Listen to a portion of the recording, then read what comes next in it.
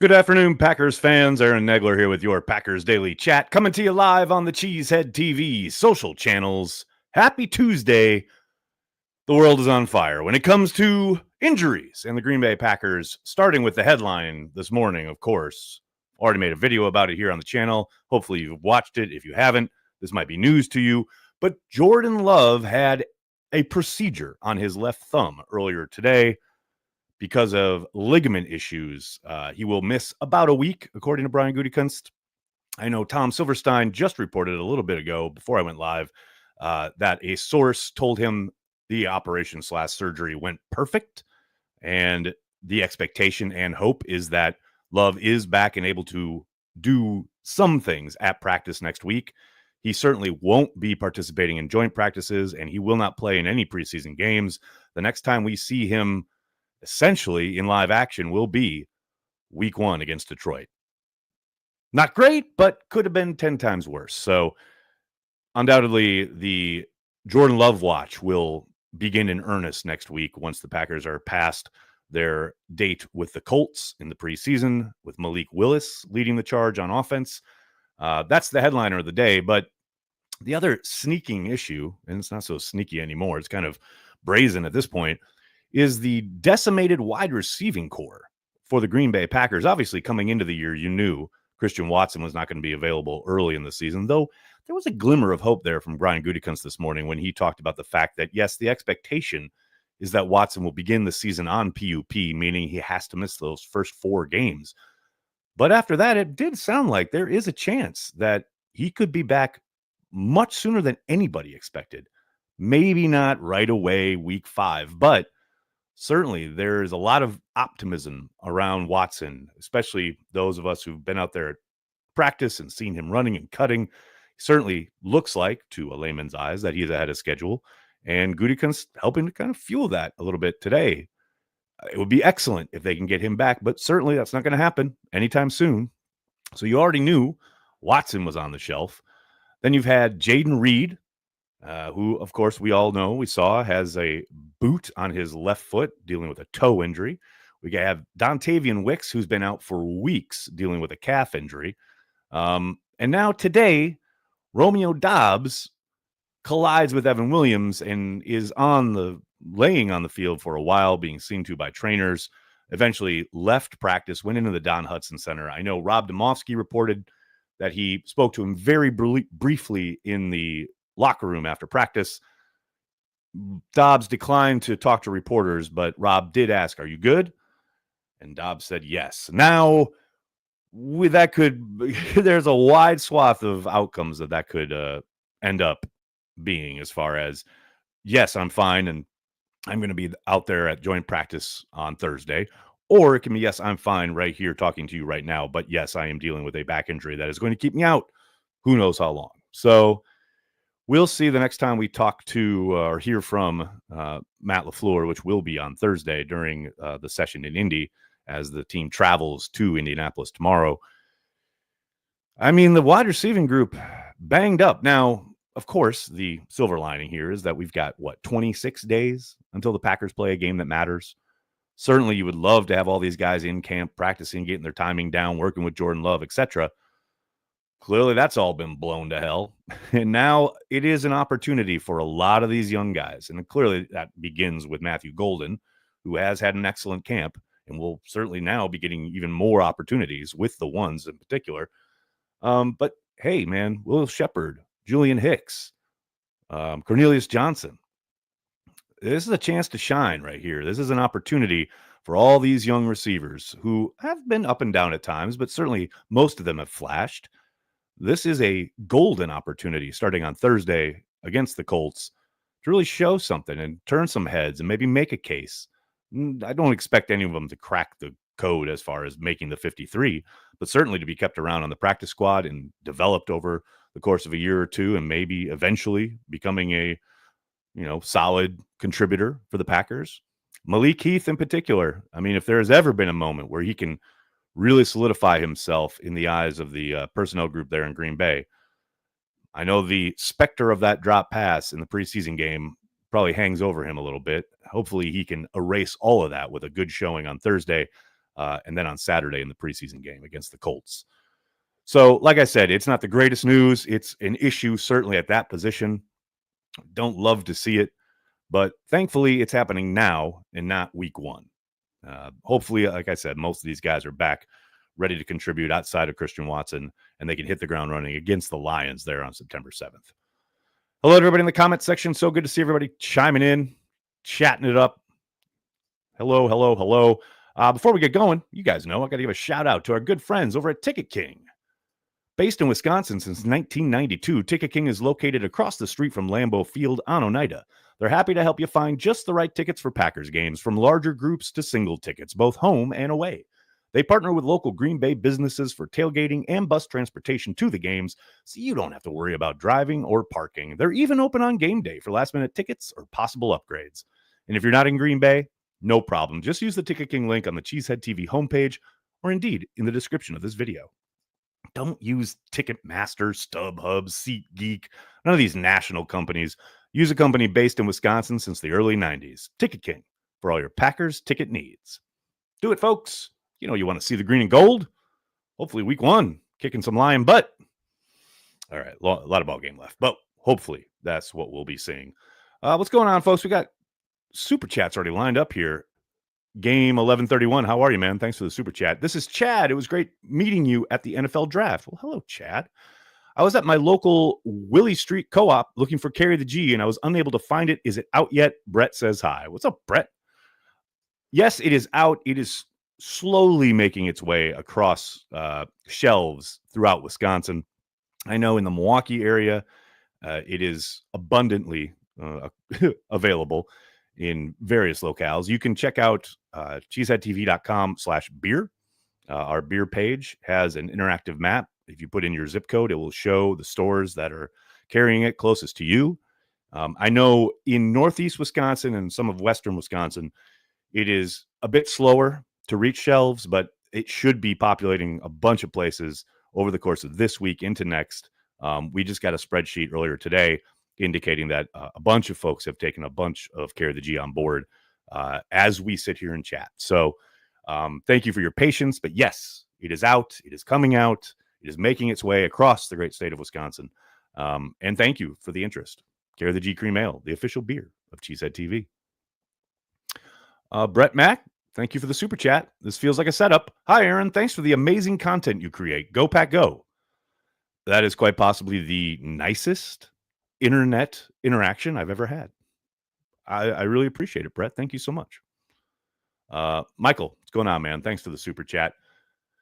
Matt LaFleur seemed stressed out at times last season. Do you think that is related to Love needing to fill the leadership void previously filled by Rodgers? I talked about this a little bit towards the end of last season. Certainly the change, right? The fulcrum swing where Aaron Rodgers had been the face of the franchise for so long, and it enabled Matt LaFleur to come in and just coach, right? He didn't really have to take on so much publicly, but certainly when they made the switch to Jordan Love, along with, and this is a pretty significant contribution, jettisoning so much veteran talent and going extremely young as they have over the course of the last two seasons, I do think Matt took that as an opportunity to take more control of the program, of the organization. But I do think towards the end of last year, and I talked about it after the Vikings game, and I know Mark Tauscher somewhat echoed my sentiments completely separately. Like we came to this conclusion at the same time, completely independently, that it did feel like Matt was a little too tight. The grip was a little, like to your word, stressed out at times, right? And I think it's a fine line, right? It's your name. As the head coach, you are, the buck does stop with you, and you are blamed for everything or lauded for most things, though it does seem weird that Matt doesn't get the credit he sometimes deserves. But yeah, I do think there was a tipping point last year where maybe he did get a little too tightly wound when it came to his football team. I don't think I've seen signs of that so far this summer. Certainly there was the incident with Rasheed Walker that was a little kind of odd and out of the norm, so to speak. But, it is his team, and it is a reflection of the coach, and it should be how he wants it to be. So I understand trying to take control right? And trying to make sure it reflects what it is you feel is important as far as what type of team you want to be, how you're going to play, how you play the game. He talked about it a little bit this morning, actually, at the podium, talking about smart teams and detailed teams, and the details being the separator, right, of teams that maybe possibly are very talented but don't do quite as well, and the other teams that do go deep in the playoffs and win championships and things of that nature. So it's an interesting reflection coming off of a preseason game where it certainly was sloppy as hell. And he himself admitted the fundamentals were not up to snuff. Be interesting to see if that improves Saturday in Indianapolis. Simitovich, what's going on, man? I have two hands and can run out routes if needed. I mean, I'm sure there'll be holding tryouts there at Titletown in the football field anytime that you want to stop by and show off what you got. This is not real. Please do not show up at the Titletown football field. Mimsy Rose, thanks to the super chat. No time for injury worries. The Brewers are cooking. I mean, it does help, right? You know, it's preseason. These games don't count. Hopefully they get healthy by the time September 7th rolls around and this is all forgotten about. Meanwhile, we can, as Wisconsin sports fans, just turn around and enjoy the Brewers. Which, damn, they are making it easy. 10 in a row? Feels like we're getting close. You know, every time we're going to get that 12 mark, and then the George Webb thing is going to happen. We know what happened last time. They got there right on the precipice. So one game at a time, folks. One game at a time. Hey, Joe. Yeah.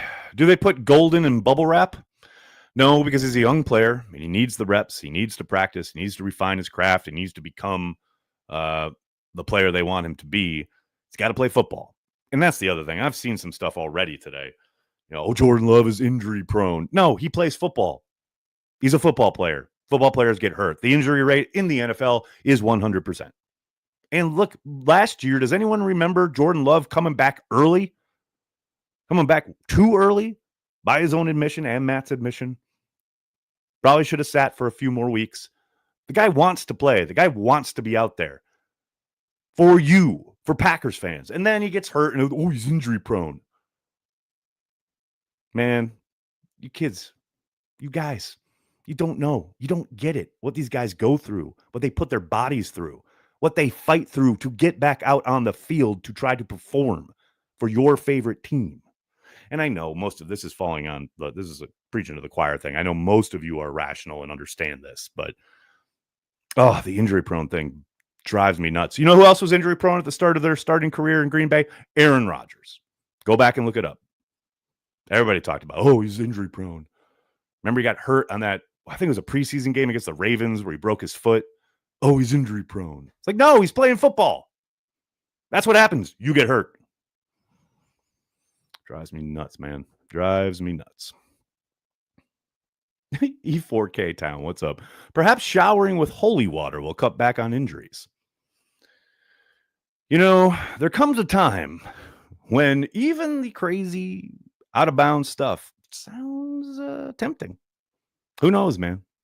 I'll put it in the suggestion box at 1265 and see if they take us up on it. Porkmaster, how you doing, man? Thanks for the super chat. How many Wisconsin bartenders can catch? Any more Vincent Papals out there? I mean, I'm sure. Again, line them up, audition them, have some tryouts. I mean, if nothing else, call Tom Grassi. We know he can catch. There it is. Big difference from A-Rod and Love. Yeah, one's at the end of their career and one's just started as a starter. You're right. It is a big difference. Excellent police work. Proud of you. Richard, thanks for checking out the stream, man. Have you seen the ESPN YouTube interview of Goody talking about his time as a Southeast scout and how he should have pounded the table more for Frank Gore? Very fascinating. I have not seen that, but I'll absolutely check it out. In fact, when I was in Green Bay, I was talking to Goody on the sideline about his time in the Northeast, which I didn't realize he had covered that area at one point. I thought he was always in the Southeast, but apparently at one point he was in the Northeast as well. What else we got here, folks? Rodgers played an entire season with hurt legs, broken thumb. Yeah, that's correct. Brett Favre played with tons of injuries. You know what Jordan Love did last year? Played with a lot of injuries. This is my point. The NFL is injury prone. Yes, correct. That is right. Michael says, can we please not panic yet? Am I concerned? Yes, but every team is going through this. Thank you. You know why? Because they're playing football. That is 1000% correct. And look, I don't think most people are panicking. I did get a few responses this morning, people being very upset and nervous, etc. One or two that I did have to somewhat calm down. But for the most part, I think most Packers fans understand, yes, it is very early. Better to have this happen now than a month from now. And it is like a month, a little under a month away. You know, there's plenty of time. Nick, what's up, man? Nags, thanks for bringing common sense to the Packers community. I try, man. I try. Look, I don't begrudge anybody who is emotional about this stuff because that's the whole point. That's fandom. Fan is short for fanatic, right? But at some point, we got to be a little realistic about what's happening, you know? And I get it, man. It's the media and people got to drive narratives and all that stuff. But it's really, really not time to panic, not time to freak out. These guys certainly will be doing everything in their power to get back on the field and contribute. Right now, it's frustrating. No question about it. We still have preseason football to play in September. Donnie, see, you kind of joke, and you're not in, 1,000,000% wrong, because it does feel like the NFL in particular now, there has been this kind of weird feeling of that first month, teams really finding themselves. And I don't think that's to a team. I don't think that's the whole league. But there's some of that. There's some of, trying to, come in with one idea and maybe that idea doesn't work and you have to adjust and things like that. And certainly on offense, teams really kind of, muddling through those first 2 or 3 games and becoming the cohesive unit you hope they become down the stretch. Every once in a while, you get a week 1 game where someone scores like a ton of points and you think, oh, wow, they're the new offensive juggernaut. And then they struggle to score for the rest of the season, right? Week 1 is always weird. But yeah, there's something to that in the modern NFL. No doubt about it. TKM 9573. How are you, man? Nags, long time. Love the content. Thanks, TKM. Good to see you at your post. Thanks, brother.